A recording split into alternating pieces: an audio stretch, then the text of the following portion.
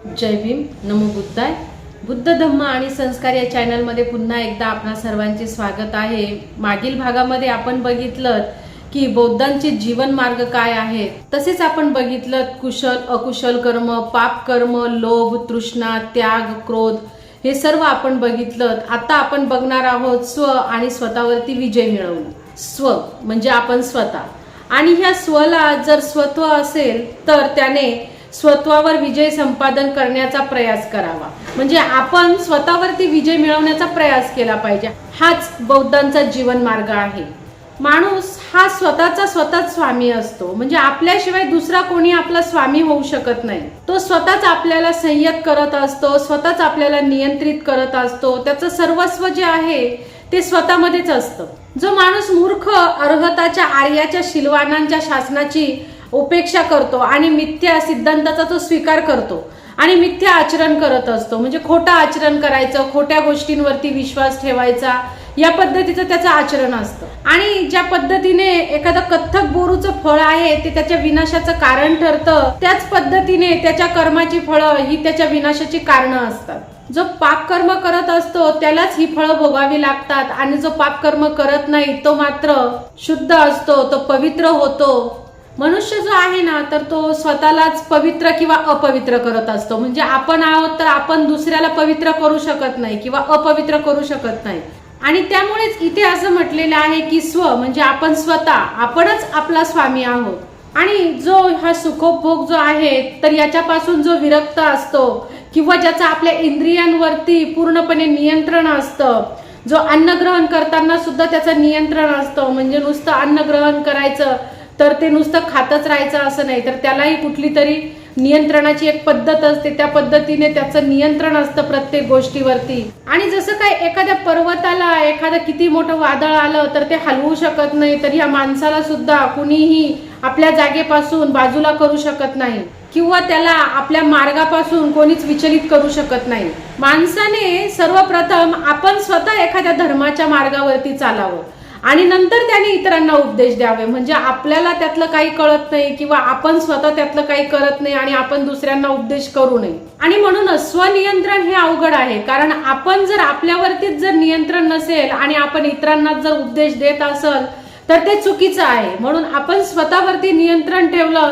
तर आपण इतरांना योग्य उपदेश देऊ शकतो. एखादा शूरवीर असेल तो युद्धामध्ये अनेक लोकांना किंवा हजारो लोकांवरती विजय मिळवत असेल, परंतु ज्याने स्वतःवर विजय मिळवला असेल तोच परमवीर आहे. आणि स्वतःच्या ज्या पापाची फळं असतात तर ती स्वतःलाच अनुभवायची असतात किंवा ती स्वतःलाच मिळत असतात. त्यामुळे आपण इतरांना उपदेश करायला जाऊ नये किंवा इतरांना शुद्ध करायला जाऊ नये.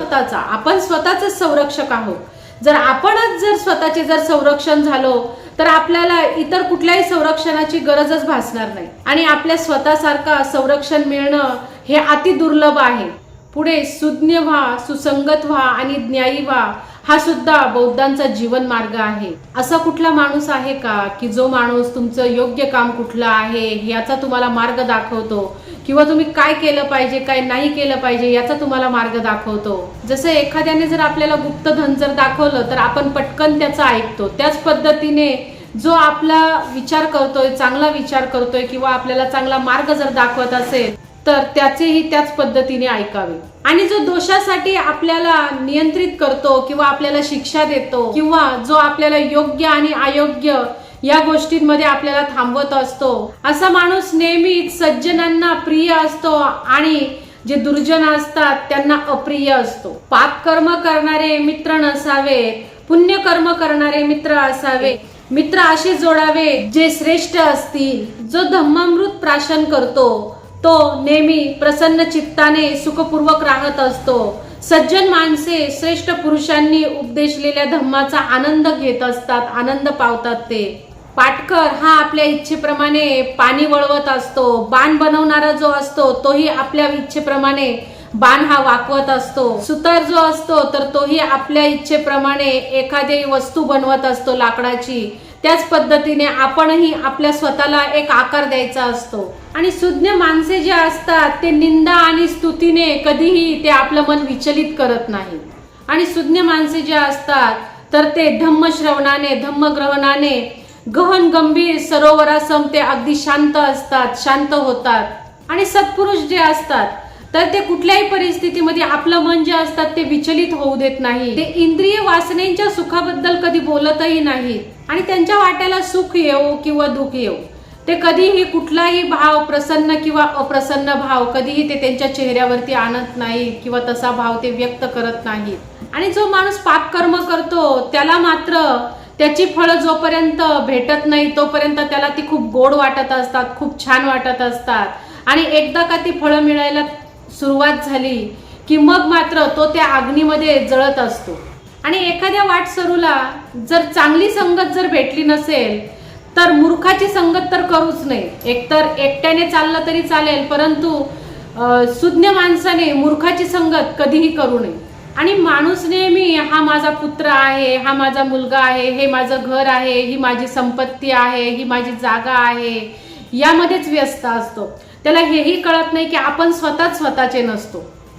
आणि एखादा मूर्ख माणूस पूर्ण आयुष्यभर जरी एखाद्या सुज्ञाच्या सहवासामध्ये राहिला तरी जसं पळीला जसं आमटीची चव कळत नाही त्या पद्धतीनेच त्याचं जीवन असतं, त्याला त्याचा कुठलाही गंध नसतो। या उलट जर बुद्धिमान माणूस एक क्षणभर जरी एखाद्या सुज्ञामध्ये राहिला तर तो लगेच जसं जिभेला जसं लगेच आमटीची चव कळते त्या पद्धतीने तो क्षणात जे त्याला हवं असतं ते तो बरोबर त्या सुज्ञ माणसाकडून घेतो। आणि असे मूर्ख माणसं जे असतात ते सतत पाप कर्म करत असतात आणि मग त्याचं जे फळ असतं कटू फळ ते मात्र मग त्यांनाच चाखावं लागतं। जे कर्म केल्याने माणसाला पश्चाताप होतो किंवा त्याला रडावं लागतं, मनस्ताप होतो, अशी कर्म कधीही करू नये। आणि जे कर्म केल्याने माणसाला नेहमी प्रसन्न वाटतं, माणूस हसत असतं किंवा त्याला पश्चाताप होत नाही असे कर्म जे असतात, अशी चांगली कर्म जी असतात ते माणसाने वारंवार करत राहावी। मूर्खाला खोटी प्रशंसा किंवा भिक्खू संघामध्ये अग्रमान किंवा विहारामध्ये स्वामित्व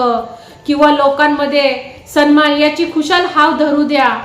केस पांढरे झाले म्हणून माणूस आदरणीय ठरत नाही, त्याचे वय वाढले असले तरी लोक त्याला वृद्ध किंवा वय वाढलेलाच म्हणतात। जो सत्यवान आहे किंवा सद्गुणी आहे, दयावान आहे, संयम आहे, जो सुज्ञ आहे त्याला वडीलधारी माणूस म्हणून जाणतात, त्यांचा लोक नेहमी आदर व्यक्त करतात। आणि ईर्ष्या करणारा माणूस किंवा खूप बोलणारा माणूस, वायफट बडबड करणारा माणूस, ज्याची जी दृष्टी आहे ती मिथ्या दृष्टी आहे, असा माणूस आदरणीय कधीच ठरत नाही।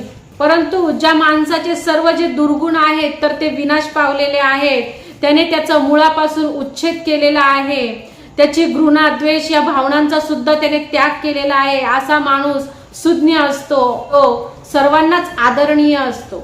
जर कोणी हिंसक एखादं जर कृत्य जर करत असेल तर अशा माणसाला कधीही सुज्ञ माणूस म्हणता येणार नाही।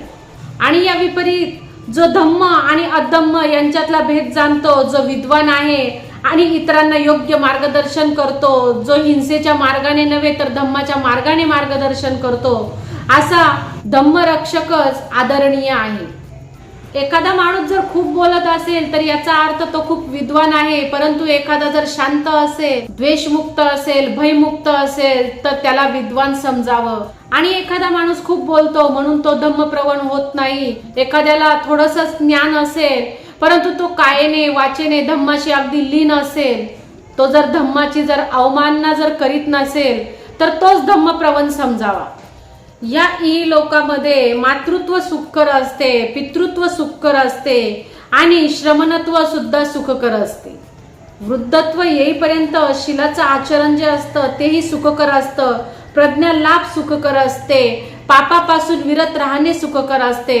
मूर्खाची संगती दीर्घ काळापर्यंत दुःखदायी असते। मूर्खाची संगती म्हणजे वैऱ्याचीच संगती होय, ती नेहमीच दुःखदायी असते। सुज्ञाची संगती जी असते तर ती अल्पस्वकीयांच्या संगतीसारखी सुखकर असते। आणि म्हणूनच माणसाने प्रज्ञावान, सुज्ञ, विज्ञ, प्रज्ञाशील, कर्तव्यपारायण, श्रेष्ठ, धम्मप्रवण अशाच माणसाचे अनुसरण करावे। त्याप्रमाणे चंद्र जो आहे तर तो नक्षत्र पथांचे अनुसरण करत असतो, त्याप्रमाणे अशा माणसांचे अनुसरण करावे। प्रमादपथ कामभोगाच्या आसक्तीला पथगामी होऊ नका। जो अप्रमादी आहे, प्रामाणिक आहे, त्याच्या वाट्याला विपुल सुख येते। जेव्हा विशेषज्ञ माणूस प्रमादाच्या अप्रमादाने जिंकतो तेव्हा तो प्रज्ञेच्या शिखरावर आरूढ झालेला असतो, तो स्वतः शोकरहित असतो, आणि जो सुज्ञ असतो तो एखादा वासरू जे असतं जे दुर्बल असतं आणि एखादा चांगलं वासरू जर असलं तर त्या दुर्बल वासराला मागे ठेवून ते पुढे निघून जात असतं. त्या पद्धतीने तो माणूस पुढे जाऊन धम्मपदावर अग्रेसर होत असतो.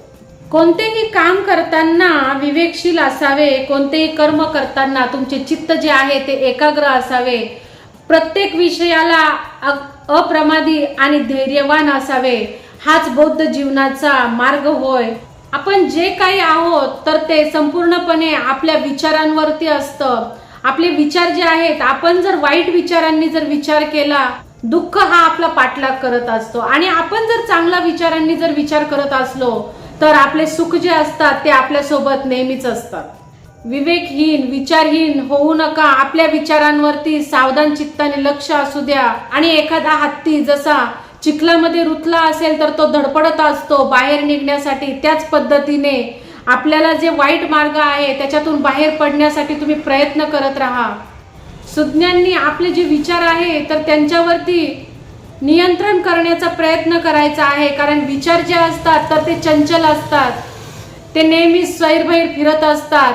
ते चंचल असल्यामुळे ते एका जागेवरती टिकून राहत नाहीत. तर आपण त्यांना जागेवरती आणायचा प्रयत्न करायचा असतो, त्यांच्यावरती नियंत्रण ठेवायचं असतं.